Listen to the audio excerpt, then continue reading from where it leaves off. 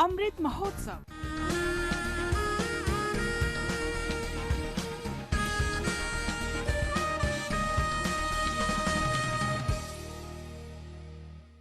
आजादी का सफर आकाशवाणी के संग एक राष्ट्र का जन्म। भारत का शानदार स्वाधीनता संघर्ष आधुनिक विश्व के महानतम संघर्षों में से एक है। आकाशवाणी आपके लिए रोजाना ला रही है इस शानदार संघर्ष की झलक। आज हम बात करेंगे स्वाधीनता सेनानी और ओडिशा के दिवंगत मुख्यमंत्री विनायक आचार्य की। इनका जन्म 30 अगस्त 1918 को ओडिशा के बरहमपुर में हुआ था।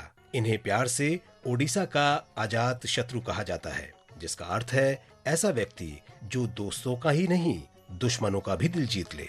खद्दरधारी विनायक आचार्य सीधे साधे और मृदुभाषी व्यक्ति थे। विनायक आचार्य ने भारत छोड़ो आंदोलन में सक्रिय रूप से भाग लिया। इस आंदोलन का बरहमपुर पर बहुत प्रभाव पड़ा। उन्होंने ओडिशा के चहुमुखी विकास के सभी चरणों में महत्वपूर्ण भूमिका निभाई। उनके राजनीतिक, सामाजिक, शैक्षिक और प्रशासनिक योगदान की विशेष सराहना की जाती है। वे अपने हेडमास्टर पिता रघुनाथ आचार्य और समकालीन साहित्यकार रामचंद्र आचार्य से अत्यधिक प्रभावित थे। तू ही मां जनम भूमि पवित्र भारत भूमि तोहर संतान आम्भे अटू सरवे। विनायक स्वच्छंद प्रवृत्ति के व्यक्ति थे और ब्रिटिश शासन में सरकारी नौकरी करने में उनकी कभी कोई रुचि नहीं रही। इसलिए हिंजलीकट में गैर सरकारी हाई स्कूल में नौकरी करने लगे। बाद में वे बरहमपुर नगर निगम हाई स्कूल में सहायक शिक्षक नियुक्त हुए। दृढ़ता उनका प्रमुख गुण था और वे अपने क्षेत्र में बहुत विश्वसनीय और व्यवहारिक नेता थे। समाजवाद की तरफ आकर्षित विनायक आचार्य सच्चे गांधीवादी थे। भारत छोड़ो आंदोलन के दौरान उन्होंने एक व्यक्ति से दूसरे व्यक्ति तक जरूरी सूचना पहुंचाने के लिए संदेश वाहक का कार्य किया। प्रसिद्ध गांधीवादी और ओडिशा में केंद्रीय गांधी स्मारक निधि के न्यासी डॉक्टर विश्वजीत रॉय ने आकाशवाणी से विशेष बातचीत में महान स्वाधीनता सेनानी विनायक आचार्य के योगदान को याद किया। जब अंग्रेज भारत छोड़ो कार्यक्रम शुरू हुआ और उसमें पूरा देश के साथ साथ उड़ीसा भी उस आंदोलन में कूच पड़ा, उसी समय में विनायक आचार्य जी और उनके बड़े भाई सत्यनारायण आचार्य जी, ये दोनों ने स्वतंत्रता संग्राम में हिस्सा लिया।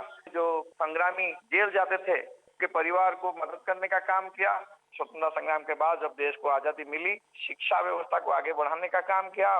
विनायक आचार्य ने ओडिशा की शैक्षिक प्रगति में भी महत्वपूर्ण योगदान दिया। वे अच्छे शिक्षक के रूप में लोकप्रिय थे।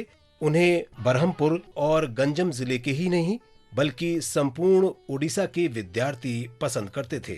सभी उन्हें प्रेम से बीनू मास्टर कहते थे। इस दौरान उन्होंने समाज के वंचित लोगों की सहायता के लिए नवोत्कल सेवा संघ का गठन किया। उन्हीं की पहल से गरीब विद्यार्थियों के सहायता के लिए हरिदाखंडी मठ की स्थापना हुई। उन्होंने दलित समाज के हित के लिए भी कार्य किए और उनके साथ भोजन करके नई परंपरा शुरू की।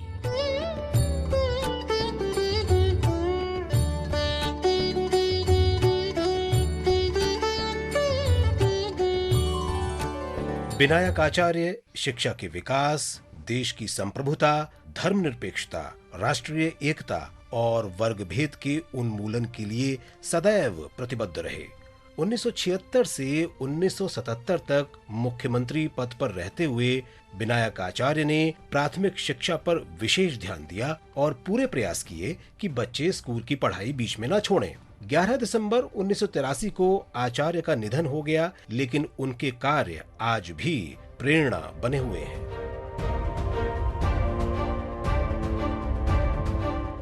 राष्ट्र हित में निस्वार्थ सेवा भाव के लिए विनायक आचार्य लोगों के दिलों में आज भी जीवित हैं। समाज सुधारों के लिए उनका उत्साह लोगों को सदैव समाज के कमजोर वर्गों के उत्थान और सशक्तिकरण के लिए कार्य करने की प्रेरणा देता रहेगा। आज बस इतना ही। आजादी का सफर आकाशवाणी के संग। कल फिर मिलेंगे नई कड़ी के साथ।